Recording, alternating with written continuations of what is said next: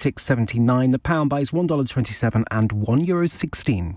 LBC Weather. With Ripple Energy. Climate action you can be proud of. Mostly dry tonight with clear spells in the far south, north and west. Cloudier with the odd shower in Northern Ireland and lows of freezing. From Global's newsroom for LBC, I'm Daryl Jackson. This is LBC from Global. Leading Britain's conversation. Cross Question with Iain Dale. Hello, a very good evening to you. It's 8:02. Welcome to Wednesday's Cross Question. It's a budget special, so rather than have a political panel, well, they might be political, I suppose, but we thought we'd get a panel of people who know what they're talking about on the economy. So let me introduce them to you. To my left, Dr. Linda Yueh is an economist based at the University of Oxford, who's the author of books including The Great Crashes, Lessons from Global Meltdowns and How to Prevent Them. Next to her is Dr. Roger Gewolb, who is former advisor to the Bank of England and Treasury and is the founder of the Campaign for Fair Finance, which calls on moneylenders to offer their services to more borrowers. To my right is Shevaun Haviland, Director General of the British Chambers of Commerce, who was the government's head of business engagement while Theresa May was Prime Minister. And next to her is Anne Pettifor, economist who's the author of books such as The Case for the Green New Deal. Whatever happened to that, I wonder? We might come to that if you want to ask a question on it. 0345 6060 973 is the number to call, and do watch us on Global Player.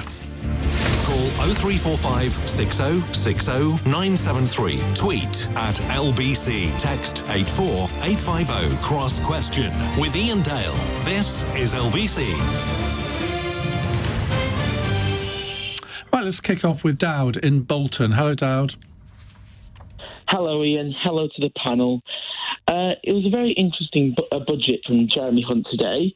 I was wondering, what does the panel think about the idea of, instead of cutting national insurance by 4% and reducing the validity of pensions, that we end fiscal drag and use that to raise the tax-free personal allowances back to £14,000 or £14,500, so the working class still get a tax cut and those below £100,000 still get a tax cut, but we don't therefore put at risk our pensions and parts of the National Health Service.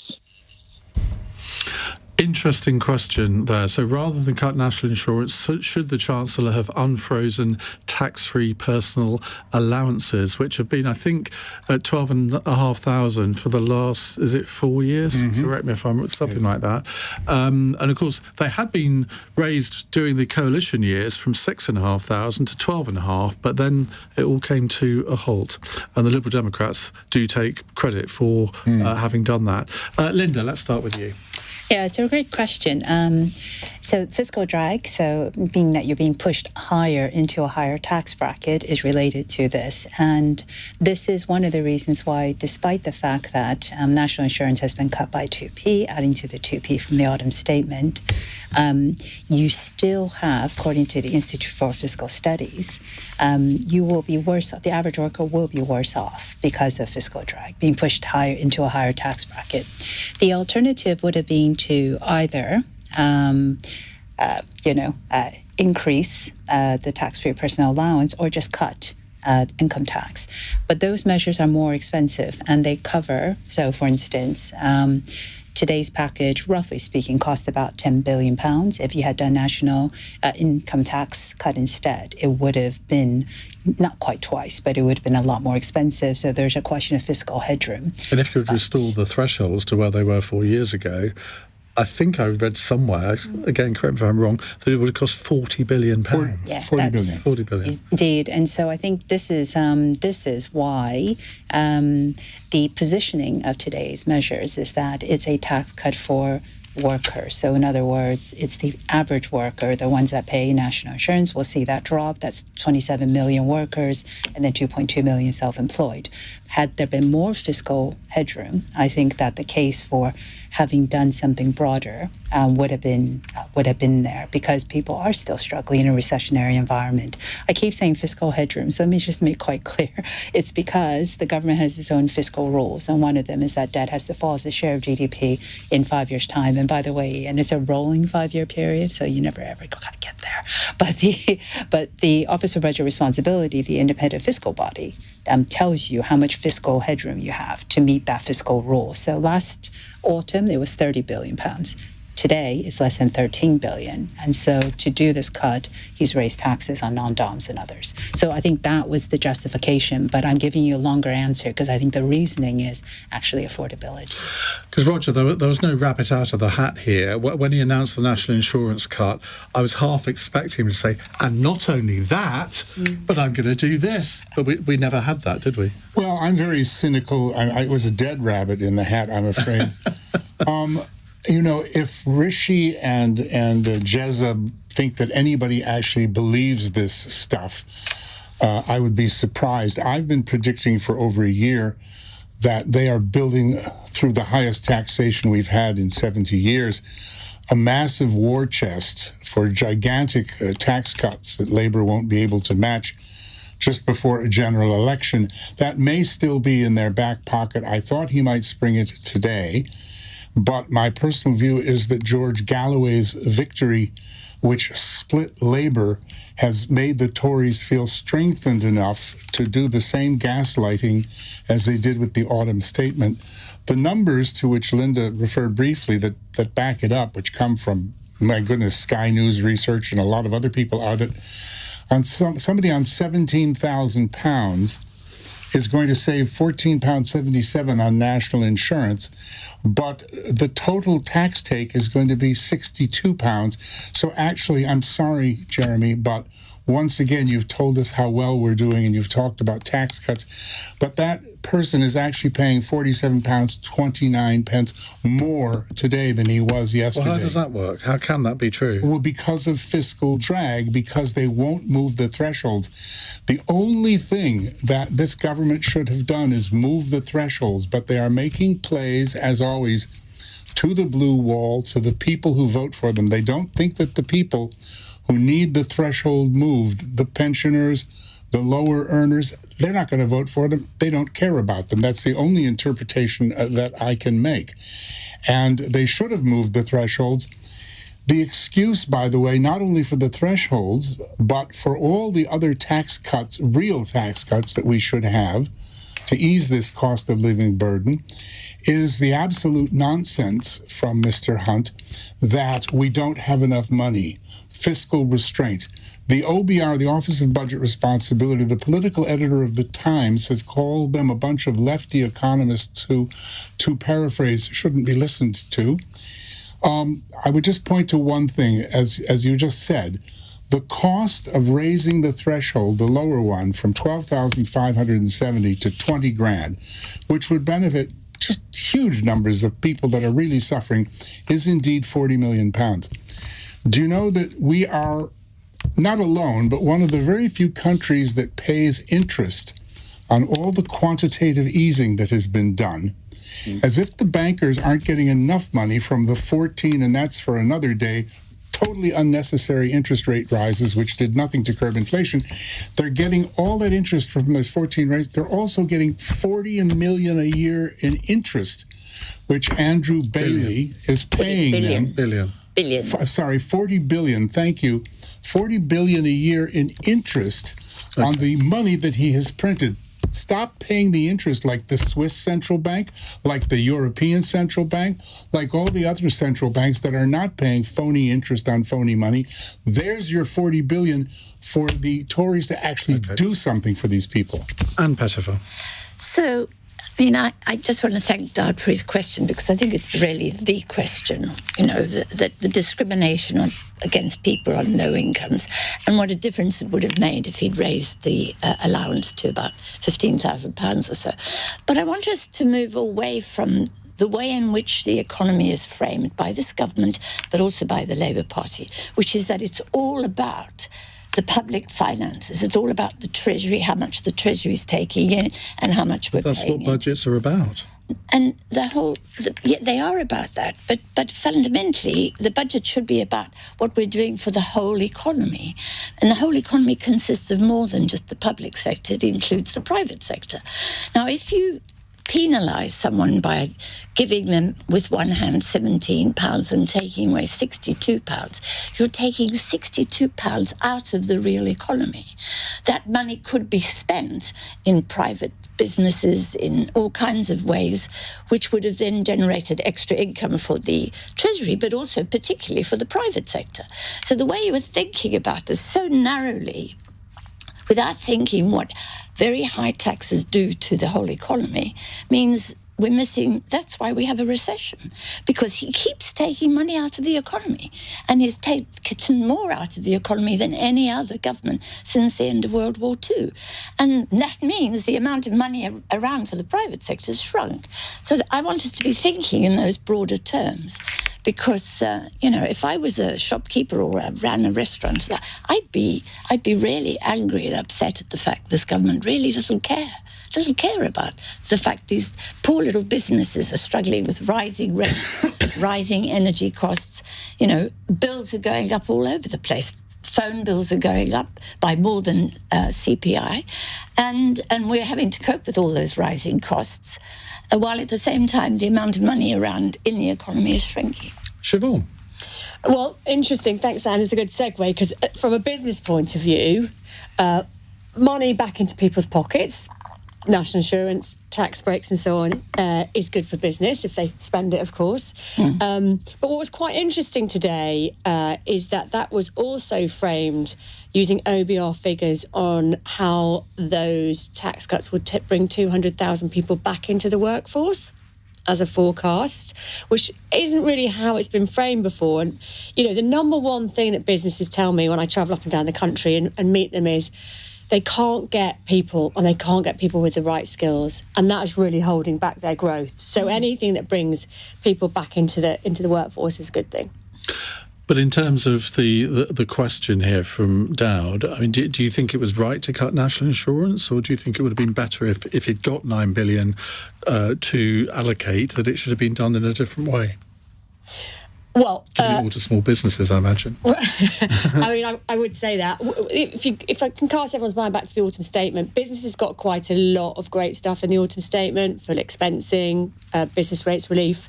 So, frankly, we didn't expect so much in this. We know that, limited fiscal headroom, that great expression, and we expected it to be more of a retail budget. And, we saw some good things in there around planning, around VAT, and around loans for businesses, but mainly it was for consumers. Do any of you think that there's and you were hinting at this, Roger, that there might be another budget before November election? I hope so. I mean, they keep saying that they don't have money to do anything. But as I say, they've been building up a war chest forever. I mean, it's Richard Tice, the head of Reform, who has pointed out, and people just don't seem to be listening, there's £40 billion of interest that we shouldn't be paying, that other countries are not paying. It's ridiculous. It's more of Andrew Bailey's madness. You've made that point, but if we're contracted to pay it, we have to pay it. No, we're not. No. We're not. No. Well, why would they voluntarily pay money that they don't have to? Can I just give you the last bit, Ian? There's another $7 billion. They didn't kill inheritance tax, so that's $7 billion they haven't lost. So there's actually $47 billion. This is like Jeremy Hunt's black hole of $55 million in November of 2022, when he said, we got to fill this hole. It wasn't there a week before. $25 billion in new taxation, and the $30 billion of public services cuts 2 days later disappeared, never to be heard from again. So we don't have the money to do. There's $47 billion that would have paid to change that threshold. So am I being thick here? But I don't understand. If you have to pay interest on a loan, you have to pay it. And effectively printing money is the equivalent of a loan. No, the point is this. I think the point Roger's trying to make is that the Treasury and the Bank of England are both government departments. Let's not kid ourselves, right? Everyone who works at the Bank of England is on the civil service payroll. The Bank of England is the bank for the Treasury. But the Bank of England's main interest is not the Treasury, is not the British public's. Its main interest is the global capital markets. That's what it's oriented towards seeing. So the Bank of England, unlike any other central bank, has decided that it would carry on with quantitative tightening, which means that it's putting the bonds that it has on its balance sheet out into the market. But it's, at the same time, the Bank of England has raised interest rates on those bonds. And so what's beginning to happen is that it purchased bonds at a low rate of interest, but now out in the markets, bonds are at a higher rate of interest, so it's costing them. But the point is they don't have to put those bonds back into the market. They could just keep them on their balance sheet until they mature. That's what the Federal Reserve is doing. That's what the ECB is doing. They don't need to cover the interest. We understand that the Treasury is having to pay something like £170 billion to the Bank of England. One department to another department. These are not loans in the sense of business loans, Ian. No, this is accounting. That much I understand. Yeah, so this is accounting between government departments, but it's counting which is actually causing the Treasury to make losses, and that's part of the government's problem, is that there isn't enough money in the Treasury. They're partly because they're handing over. But you're both saying there is 40 billion there, and they could actually access it if the Bank of England wasn't playing silly buggers with it. Exactly. So will they? I mean, I'm not as sure as Roger is of that, but I do know that what the Bank of England is doing is not helpful. Again, this is Richard Tuls's main point. Yeah. Okay. Well researched. All right. Well, it's an interesting one. I'm going to look into this a little bit further. We'll move on to some other questions in just a moment. It's 17 minutes past 8. LBC.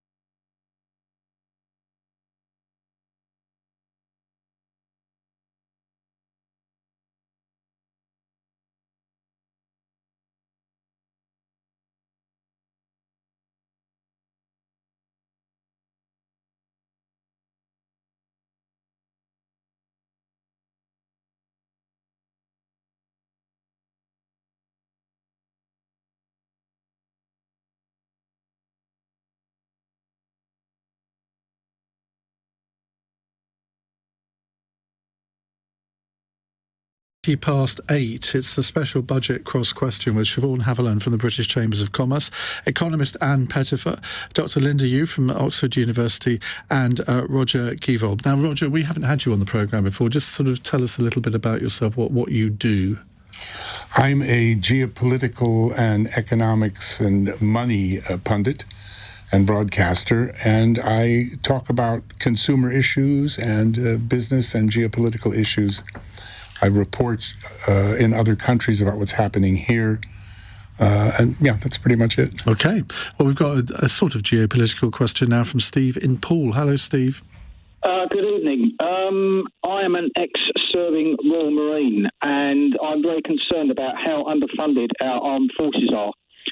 There is a lack of personnel and, as I understand it, substandard accommodation and kit. As there was no allowance made in today's budget to bolster funding for the military, what do you think should have been done to make sure our military is supplied with modern, serviceable accommodation and kit? We need to be more prepared for the threats that we now face, so I'd like to know what the panel thinks. This is an interesting one, isn't it? Because defence spending, the government have announced that defence spending is going to go up, particularly as a proportion of GDP, but there was no mention of defence in the budget today. There was no mention of social care in the budget, which people have commented on. Shevaun, let's start with you. Should there be a lot more money being put into defence, given the threats that there are in the world today? I mean, from a business point of view, the geopolitical uncertainty and difficulty all around the world, apart from the fact that our hearts go out to those people involved, we're already seeing supply chains being impacted. We're seeing businesses facing 300-400% increases in shipping costs and delays and frankly loss of people in the Middle East. So all of that is bad for business, as we know. And investment in defence in our armed forces, that is good for the economy, right? For our economy. I think it's challenging. It's sad that we have to do that, but where we are and where we are geopolitically, looks like we do. And Pettifor.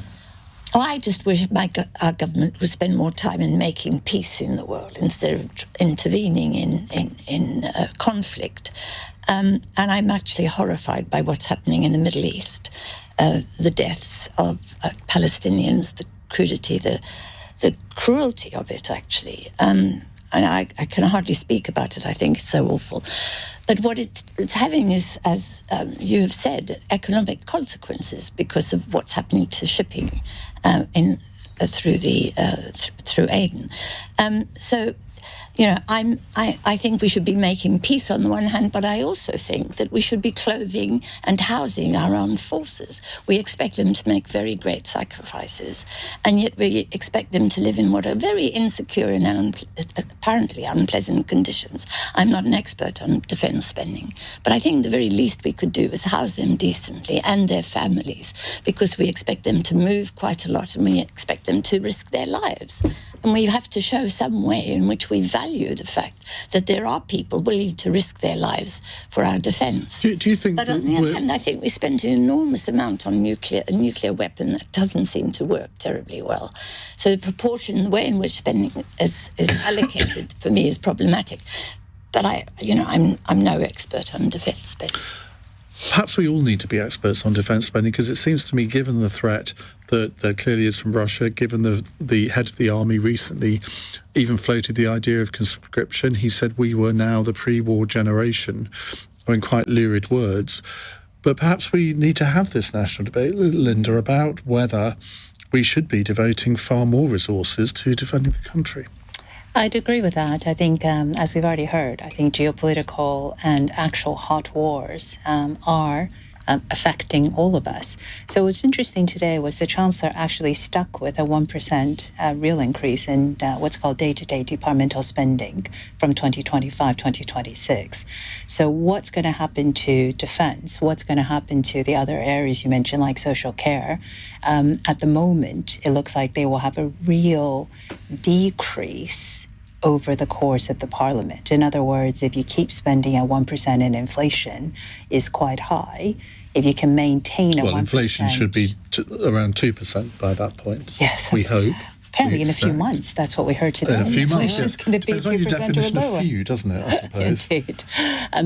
But, even with a real increase of 1%, that may not be enough to address defense challenges, the backlog in the NHS, the needs of social care.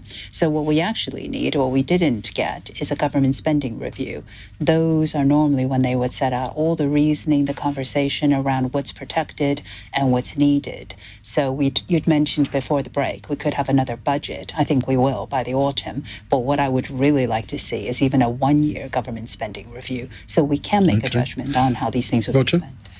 Well, it would be great to make peace, but it's hard to make peace with an axis of Russia, Iran, China, and North Korea that isn't really looking for peace. My understanding is our military is about 150,000, and our Ministry of Defense has 60,000 civil servants in it.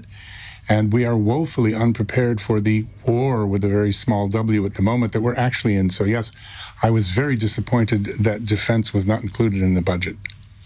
Right, a text question from Michael in Rains Park. We're told that unemployment is at an all-time low. However, we're also told that 9 million people of working age in this country are on benefits between those in and out of work. So are we a country of full employment, or are we a country of unemployed benefit recipients? I suspect the answer lies in definitions and statistics. Linda? No, he's absolutely right. You know that phrase, lies, damn lies, and statistics. Disraeli.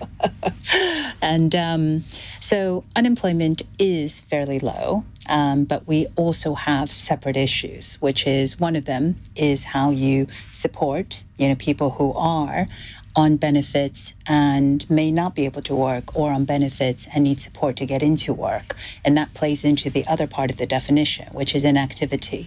If you're not active, that means by definition, the definition of unemployment, you have to be actively looking for work for the past 3 months or ready to take a job, that you don't actually count as being unemployed. So for that group of people, they are actually a big challenge. Inactivity is higher than it was before the pandemic. If you look at the forecast today by the OBR, we've already mentioned the independent fiscal body, they say that our potential growth rate is unchanged at 1.75%.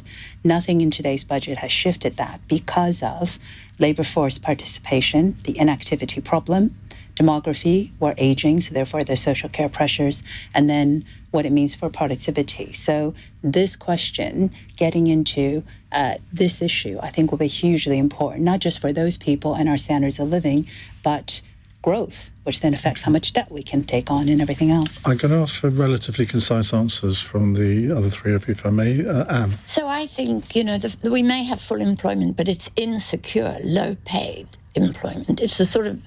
That's what's wrong with it, is that, and that's part of the reason why the Treasury has a problem in collecting tax receipts, is because incomes are so low and they're so insecure. Deliveroo cyclists and those sorts of people, and that kind of work, that kind of short-term work, is now the norm, and so I think the term full employment really doesn't apply. Because full employment used to mean that you had a secure job and that you worked from 9 to 5 and there was something there for you all the time. At the moment, we don't have that. And that insecurity is bad for economic reasons. It means people's wages are low in real terms. Incomes are still below what they were before the last general election. And they've been low ever since 2010. There's not been any real recovery since the great financial crisis. Okay. And that's part of the reason why we don't have growth. That's part of the reason why we have budget deficits. If people were in decent jobs, being paid decent pay, we'd be paying more taxes and we'd be able to balance the books. Shevaun. The deficit is a reflection of the weakness of the economy. Yeah, number one issue for businesses, we have 1 million open headcount roles in this country and at least 2.5 million people out on long-term sick. So we absolutely have to find a way to help those people back into work, those who want to work. And we actually have to find a way of ensuring we stop people falling out of the workforce, because we know, if you drop out of work, it's much, much harder to get in as opposed to flexibility to keep you in.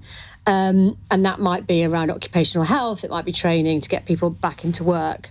But absolutely, when businesses can't get enough people, they can't grow, they can't expand, they can't take on new business, and we are stunting economic growth. Roger? Well, I think Anne is absolutely right. The changes in the nature of employment, through the gig economy and things like that, Deliveroo, have changed the face of employment and rendered, I think, the statistics somewhat less reliable. Admirably concise, sir, if I may say so. You can come back. Thank you. Right, we've got lots more questions to get through. If you'd like to ask our panel a question, 0345 6060 973. It's 8:31 news headlines on LBC with Daryl Jackson. The Chancellor's refused to rule out another budget before the general election after a low-key statement with no surprise announcements. Jeremy Hunt confirmed a 2p cut in national insurance, but there's no change to tax thresholds, so millions will be dragged into paying more. Lord David Cameron says he's appalled to hear of the deaths of 2 British sailors after a Houthi attack in the Gulf of Aden earlier today. The Foreign Secretary said the government condemns the Houthis' reckless and indiscriminate attacks on global shipping and demand they stop. And Donald Trump will be the Republican candidate for November's US presidential election. His only other rival, Nikki Haley, has withdrawn from the contest. LBC weather mostly dry tonight with clear spells in the far south, north and west. Cloudier with the odd shower in Northern Ireland and lows of freezing. This is LBC.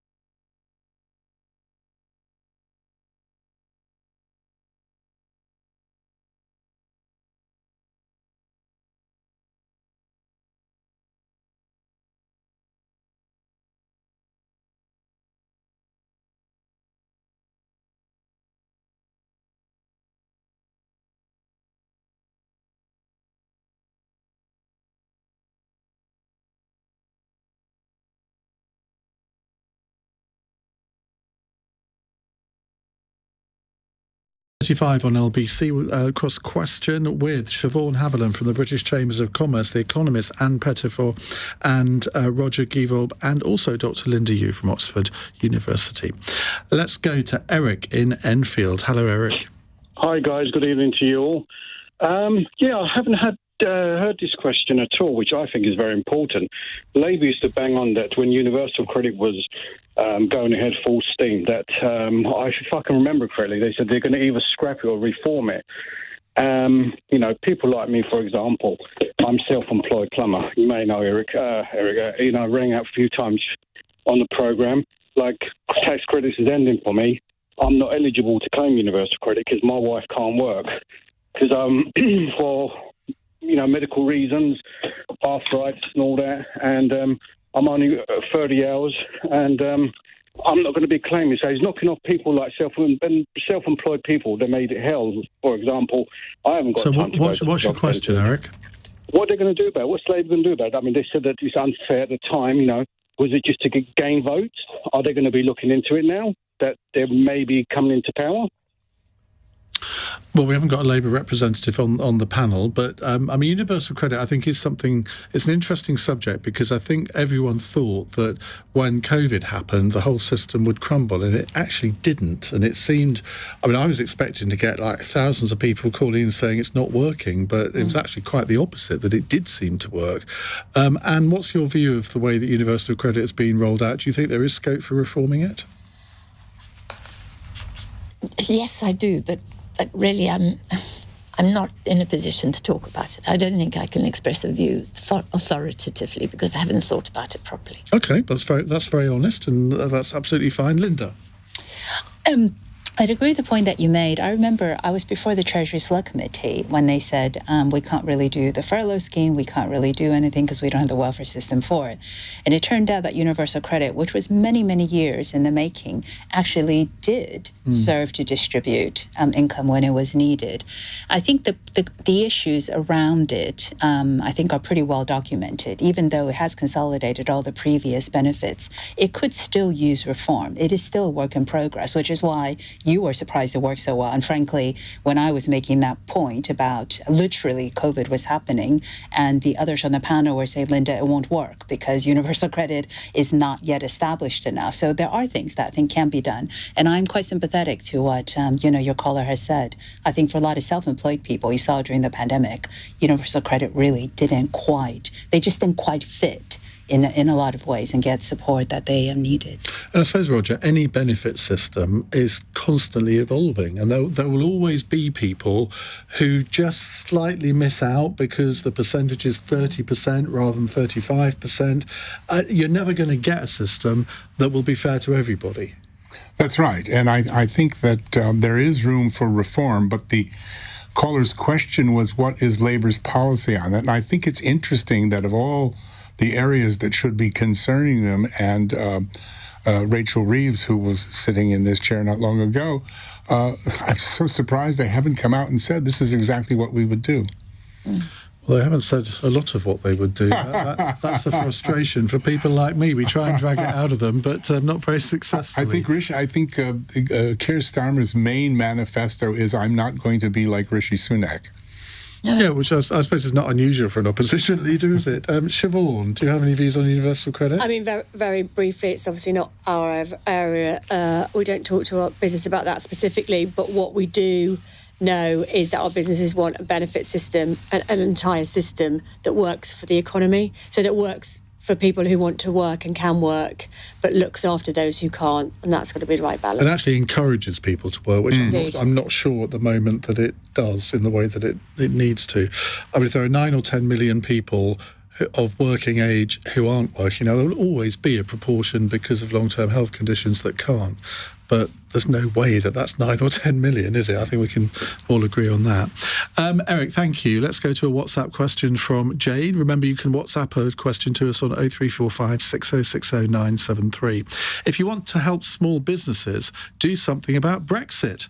Why is Brexit not factored into why our economy is in a mess, Shevaun Haviland from the British Chambers of Commerce? I can certainly comment on that, Ian.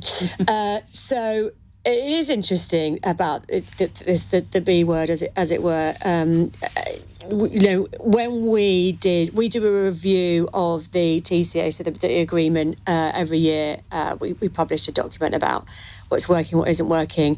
Year 1, nobody wanted to talk about it. Year 2, so not December just gone. It always ruins Christmas, doesn't it? December the 23rd. People did want to talk about it, and again last year, we thought that all the rules would change and businesses, it would be a bit of a nightmare, but then they get used to it and it'll be fine. That is not happening. Businesses are saying to us, a huge number of businesses are saying to us, they're still adapting to the rules. It is not making things easier. And as we know, there are more rules coming in, especially on import, January and April, which we know businesses don't even know what's coming down the line. Carbon reporting, I'm not going to get into it because it's technical, but again, it was going to impact the movement of goods. If you want to send a hamper to Europe, you have to have a different piece of paperwork for everything in that hamper. And if one of them's wrong, it's going to get sent back. And if you want to send a hamper to the United States, is it the same? Yeah, it is. It is the same. So what's the problem? What's happened is it's just the law of unintended consequences have meant that people have looked at Europe and gone, oh, OK, that's just equally as difficult as everywhere else now. So I am looking at other places. The problem is that the EU is our biggest trading partner. 42% of goods go to the EU, and it's obviously our closest. And we need to try and break down the barriers to make it easy for business, and especially small business. It's a huge on-cost for them. And, we have a long list of suggestions to the government of changes. We're not talking about renegotiating. We're talking about some changes that can relatively easily be put in place to try and smooth the path. And what do they say when you put these changes to them? Is it, well, it's all a little bit difficult, all Brussels won't like that? A bit of both. Of course, these things have to be a win-win for both sides. They do. But a supplementary deal on paperwork for food and drink, for example, would go a long way. Honestly, better communications. Often we see businesses sending the same things to different countries and then being treated differently at the border. So, a bit better communications between the 26 and us. So there are things that can be put in place. It does sometimes fall under too difficult. Roger.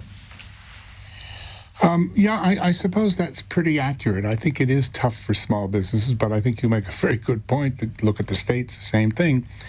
I guess that's how it should be because we've left the EU, so it should be on a par with everywhere else. As long as it's not at a disadvantage and it's worse than sending something to the States or Canada, then I think that's to be expected. But why is it that, we have a free trade agreement with the EU, which we don't with the States, so surely these my naive understanding of a free trade agreement is it is free trade, where you're not paying tariffs, you haven't got all of this paperwork, and yet we still seem to have it. Could it be because Brexit wasn't implemented within days after signing the article, and there's still something like 4,000 laws still hanging around our neck?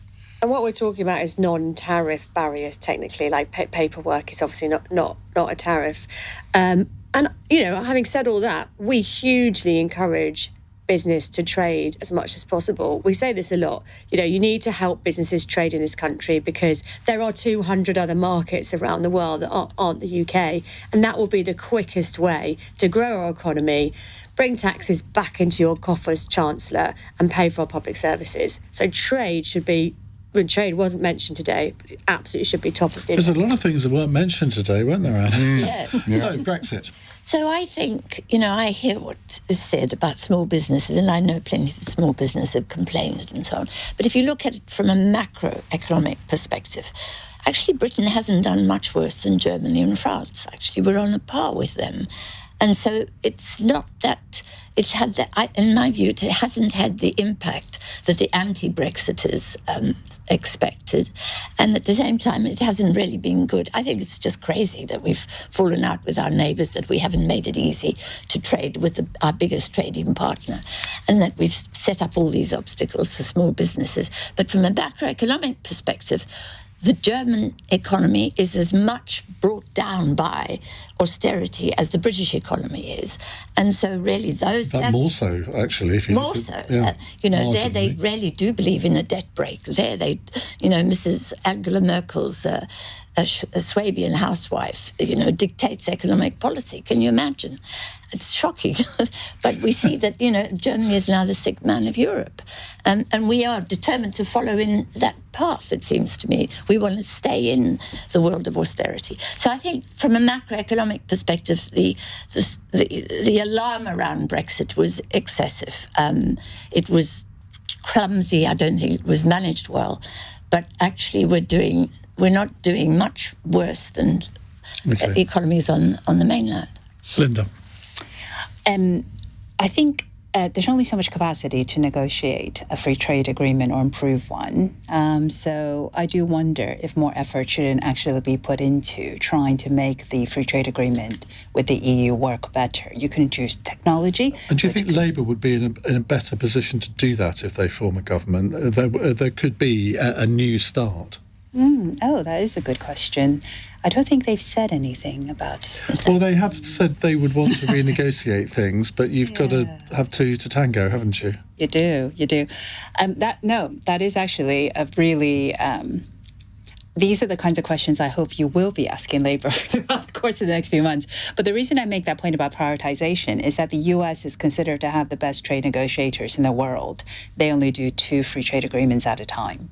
So we're trying to do one with India. I think we're not doing one with Canada. Apparently, recollections vary on that one. Walked off. I don't really understand why that would be. Not sure what happened there. But. Right. Let's move on to some other subjects in just a few moments' time. It's 8:46. LBC.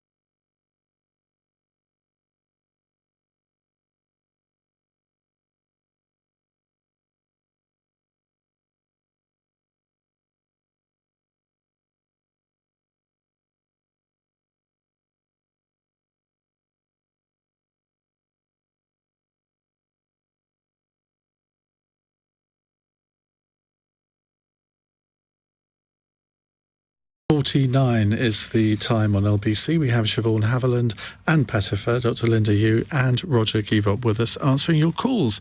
And the next one's from Chris in Southend. Hello, Chris.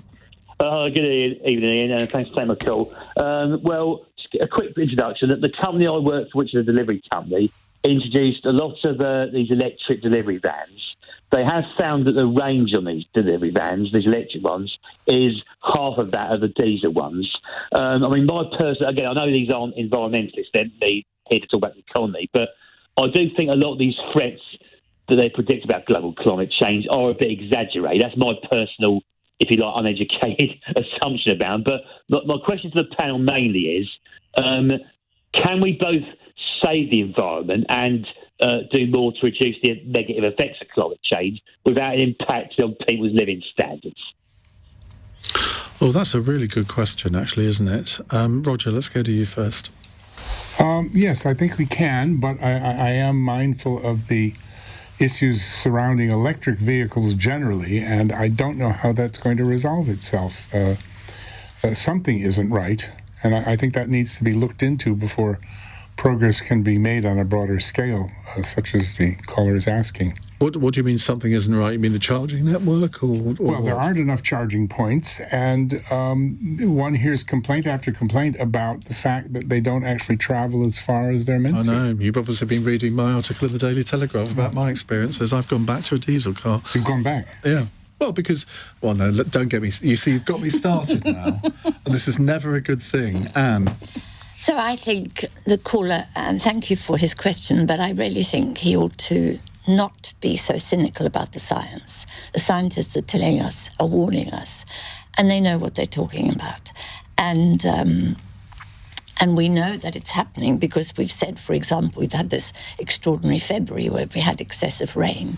It's going to affect our harvests, it's going to affect our farmers, and therefore it's going to affect our living standards, which is what he's concerned about. So I just don't want us to dismiss something that is... Okay, well, let's concentrate on the affordability. Because and then the question is whether or not that affects our living standards. And I think... our living standards are going to be affected. We're going to have to come off fossil fuels.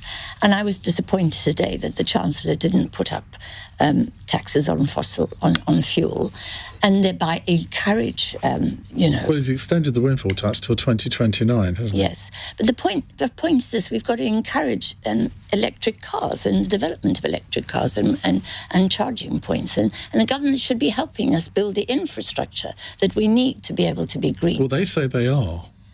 Well, they have, to be fair, they have put an awful lot of money into this, and I can't remember the exact number of charging points, but it's a massive number that they're intending to put in before 2030. What they should be doing is incentivizing us to change our ways, and I mean, we would like to buy an electric car. It's expensive, we can't afford it, and yet it's also expensive to be running petrol at the moment. So the government hasn't done enough to enable us to make this transition, and it's a really important transition. I'm a member of the Scottish Government's Just Transition Commission, and we're looking at what has to happen, for example, around Aberdeen, when people who are working on oil rigs and earning very high salaries are going to have to, at some point, perhaps quite soon, if there's some big major catastrophe, once again, we're going to be the country that wasn't ready for it. I was someone who predicted the great financial crisis. I was surrounded by clever people who said, no, this is all can go on forever. We're going to go on like this forever, and we can't. And if we were to have a major climate catastrophe and we weren't prepared for it, well, of course we would have to blame the government. We know that we're going to have to make a transition from fossil to more... to greener fuels. And the question is, what is the government doing to help that transition happen? I mean, I'm always reminded here of Winston Churchill. Winston Churchill warned in the 1930s that the Germans were rearming and that the British government should prepare the people and prepare the economy for war. And he was marginalised. He was thrown out of the Tory party. He went into the wilderness. But he was right, and we weren't prepared when this great catastrophe hit us. And so I'm concerned that we shouldn't suffer those similar delusions about something that the science is very clear You're absolutely about. right, but some people would say, well, of course, we can't take notice of every warning of catastrophe. In the 1970s, I can remember being told that we were going to have an ice age, and now we're talking about the exact opposite. Yes. Linda? Is it consistent with our standards of living rising? I would say you can have a greener economy and preserve our standards of living, but you have to accept there's a transition cost. There'll be a period in which hopefully we're switching to renewable fuels. We're switching to electric vehicles. We're switching to, you can see the transition already happening. Our energy use in this country has shifted hugely away from coal and towards renewables. But that process is costly for households because it means you have to maybe buy a new car. I don't want to talk about heat pumps, but you have to change. Businesses have to change the way that they operate, and also regulation is adding costs. This is more Shevaun's area, but if you look at, if you're a business operating here, you have standards, you have reporting, TCFD, TCND, and then if you're in the EU as well, you've got the EU green taxonomy. All of those things are part of the transition, and there will be a cost in the short term, but there's no reason why once we make the switch into more renewables, you wouldn't have growth. And I'll finish with this because I thought this was absolutely fascinating when I read about it, is that in the latter part of the 19th century, renewables were actually on the rise. And we could have had a world which renewables were the dominant source of fuel, except cheap oil was discovered in the early 20th century. And then that shifted, our model. And from that point on, we know the story from there. Shevaun. Great to hear that Chris's business is moving to EVs. If we're going to tackle the climate challenge, which is absolutely real, there's two things that need to happen. For businesses, they need to get to net zero, and that is going to involve investment. It's going to involve, new heating, new lighting, and for some businesses, that's tough. I mean, I don't know how many of us here know how to measure a carbon footprint. Most SMEs, small, medium-sized businesses don't. But we do need to move that way. Having said that, there is a huge opportunity for UK PLC in new green products and services and green innovation. And honestly, the green economy, the green transition is going to be the only game in town, and we need to get ahead of that. We were world leaders in offshore wind for a while there with contracts for difference as a sort of policy innovation, and we can get back to that because we're innovators. We're great at coming up with new ideas, and that's what we've got to do to make sure it's driving our economy. Right, let's move on to our fun question for the end of the programme. This is from Phil in Cleethorpes. An industry body says one group of businesses which are booming are independent record stores. The number of them trading is at a 10-year high. Whether it's on vinyl or CD, what's the most treasured disc in your music collection? Well, if Rachel Reeves were here, she would say anything by Beyonce. Roger. Start Me Up by the Rolling Stones. Oh. Ooh. Never been a fan of the Rolling Stones. Is that sacrilegious to say? Yeah, I don't know. Oh, totally. Linda? Ooh.